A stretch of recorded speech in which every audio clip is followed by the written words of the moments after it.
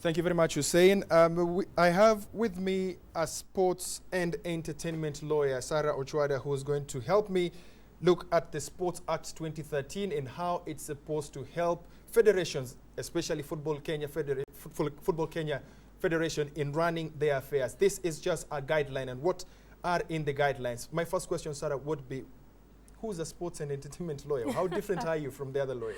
A sports and entertainment lawyer is someone who has a specialization in the areas of sports and entertainment.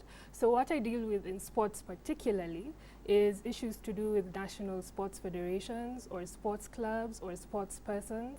That's dealing with their constitutions, or if they have contracts that need to be looked at, I look at that as well.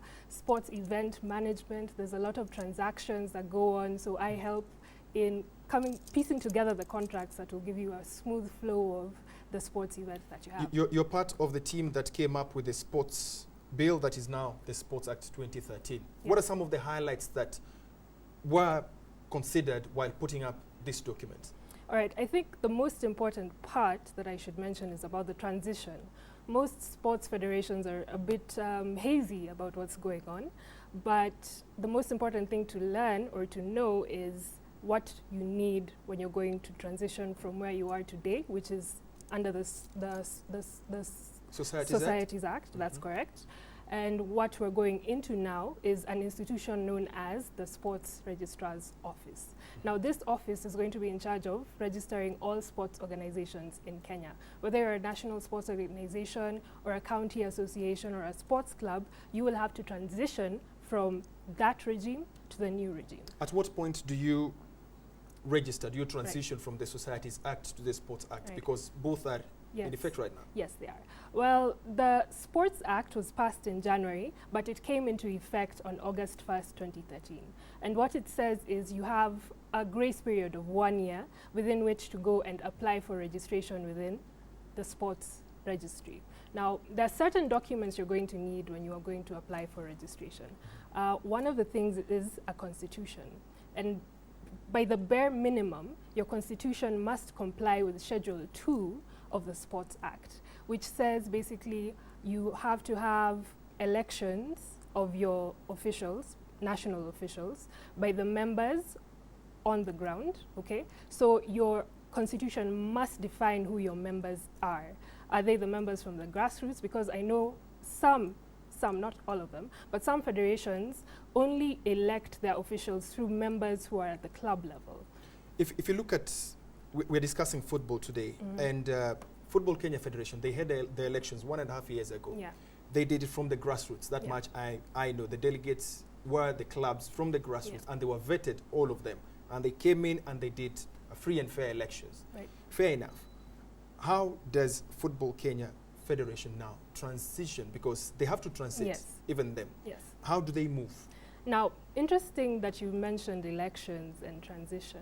One of the things that's very interesting about this Sports Act is you are limited to a 2-term tenure period. Starting when? Starting from the date of effect of the Sports Act. Now, that's where the little difficulty will come in, where in terms of interpretation, you can't really go backwards, right? When an act is passed by Parliament, it's not passed retroactively. It has to start from now. So there's a bit of leeway. I could say there's a bit of, you have a new lease on life. If you've had people who've been in office for a few years, then they'll probably have maybe 8 more years to be in office. But then it will start with today. The constitution of the sports organizations, there are those issues that need to be included in that constitution. Yes. I remember this was a bit contentious when it was still a bill. Yes. What were those grey areas and how were they sorted? One of the areas was, as I mentioned, elections must be done by the members. The second area is the tenureship, where you're only limited to a 4-year period and 1 further term in office if you're an elected official, and that runs for all officials, whether in a national, county, or club level. Something else that's interesting also about this constitution is that you have to subscribe to your World Anti-Doping Rules. That is WADA? Yes, that's WADA, and the Court of Arbitration for Sport. Now, why this is interesting is because most sports around the world actually subscribe to the Court of Arbitration of Sport and WADA. In Kenya, what we have are different types of mechanisms to solve our sports disputes. Of course, you're allowed to do that. That's why we have this act. It actually empowers sports federations to come and strengthen their mechanisms for arbitration. And one of the things which has been included in the act is the sports tribunal. Do you have, before we go into the sports tribunal, the last thing I'll ask you before the break is, before we go into that sports tribunal, if you, for example, Football Kenya Federation, they have to subscribe to Court of Arbitration of Sports. Yes. Their conflict resolutions, we know they've got issues within themselves even now. 3 of their senior members are suspended. With this, how does this come into effect? How does it sort that issue of suspensions? Well, let me just clarify something first of all. First of all, you have to strengthen what you already have. So if you have dispute mechanisms within your own federation, make sure they're on point. Now, where the sports tribunal will come in is to just maybe give an award based on what your determination was at your national level. But if it's impossible to do that, then you'll go on to the Court of Arbitration for Sport, especially if it's matters to do with federation against federation, or if you have an issue where there are 2 conflicting federations which have come up, and I'm sure you've known there's a bit of a wrangle as to who's running football in Kenya in the past. Yeah.